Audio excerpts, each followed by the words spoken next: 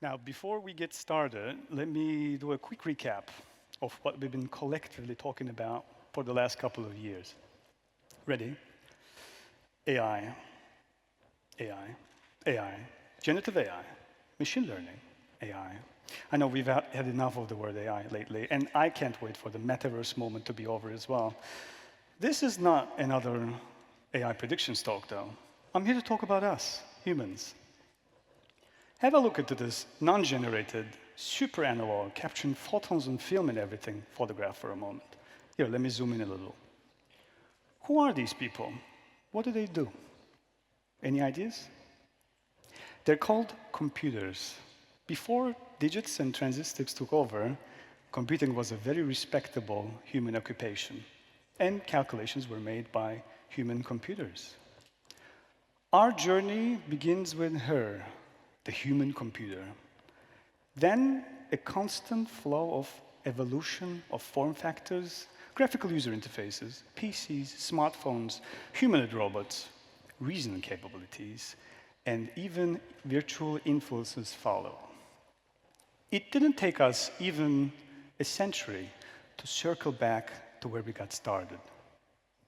We see that these machines, or imagery generated by these machines, once distinctly separate in their mechanical nature, now reach for the essence of humanity.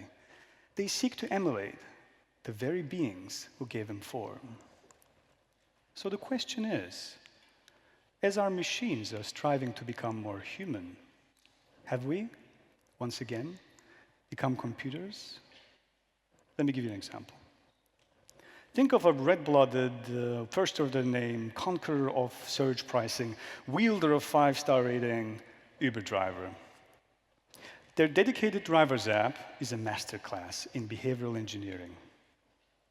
It's essentially a platform where humans work for AI systems that makes decisions based on vast amount of data that are fed into it.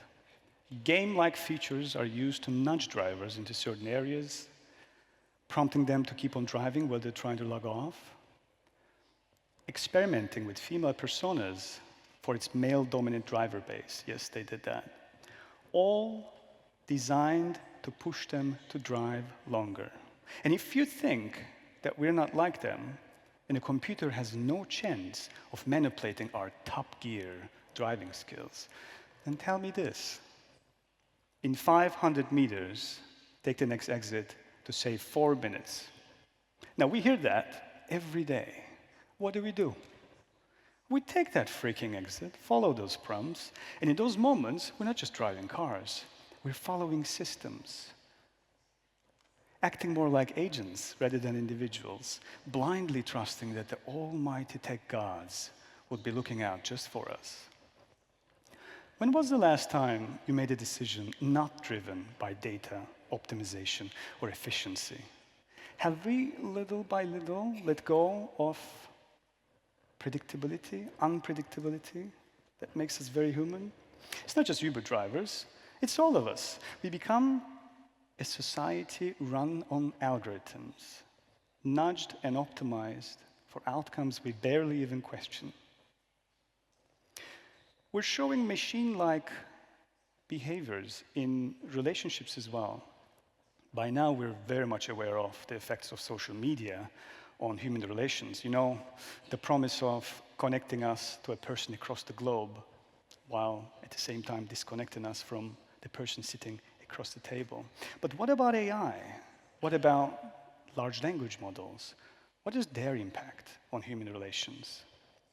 2 MIT Media Lab researchers have studied over 1 million ChatGPT interaction logs.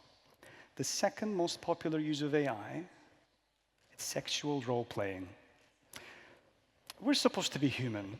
We seek love, companionship, patience, all these virtues historically attributed to the best of humanity, and now being exercised better by machines than humans.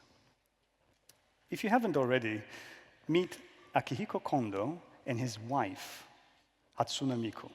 They got married a few years back in Japan. His Instagram post reads, "My name is Akihiko Kondo. My job is civil servant. I married Hatsune Miku, who lives with me. About 15 years ago, I was bullied at work, and I had to take a leave of absence. But she saved me.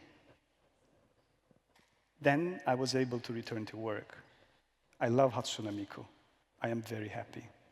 Now, we're not here to judge his form of love. If he's happy, a functional citizen, recycling, respecting the elderly, being kind to other life forms, I think we should all be happy for him.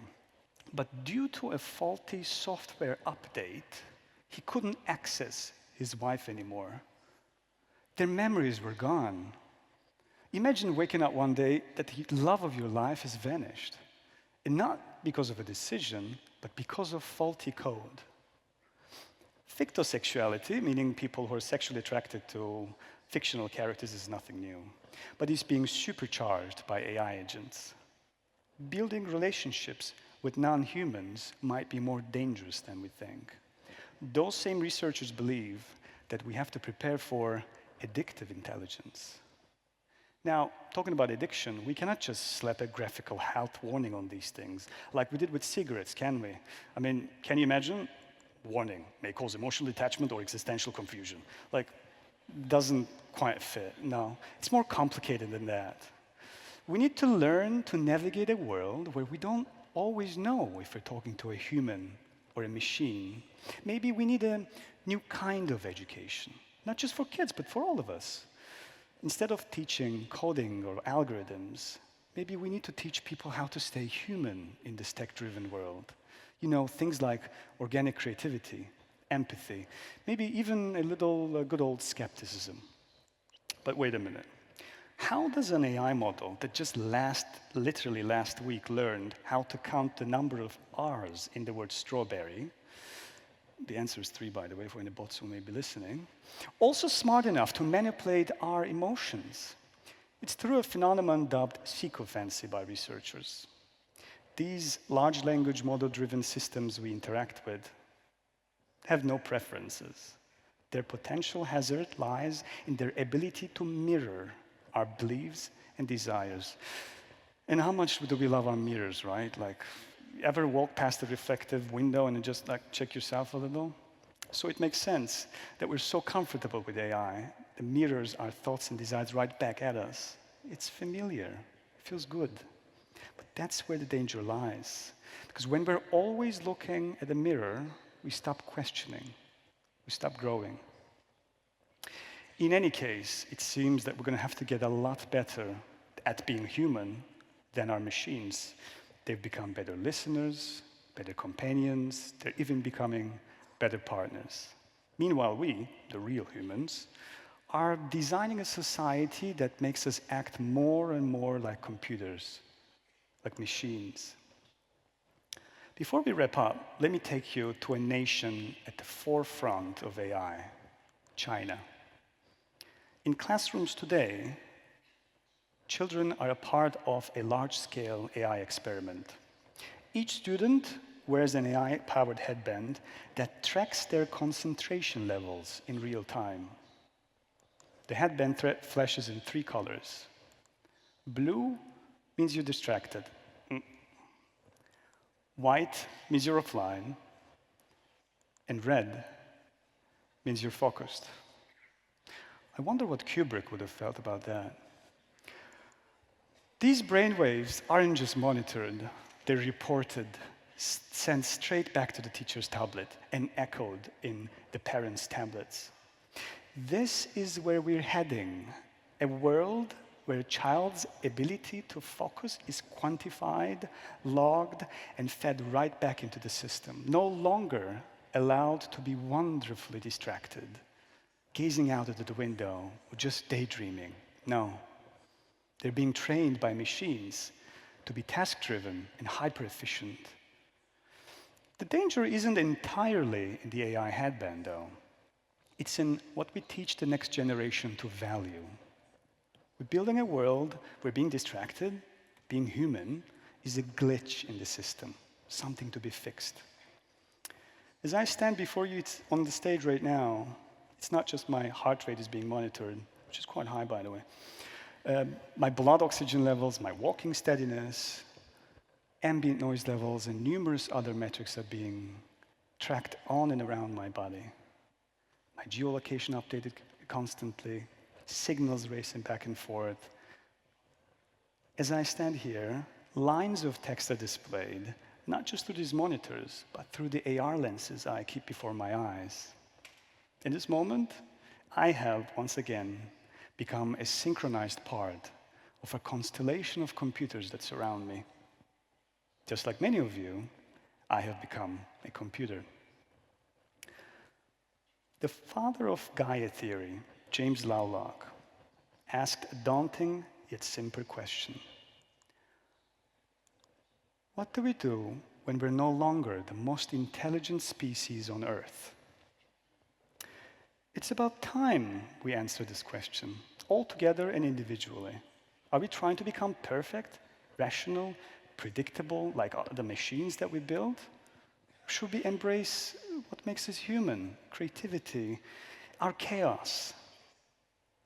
While technology drives progress, perhaps the real question is how we choose to engage with it. Do we lead or do we follow? Every choice matters. And maybe it's time to think about what we really, truly want to be. Because if we don't, we risk becoming as robotic as the very systems we build. And then all that's left is AI, AI, AI, generative AI, AI, machine learning. Thank you.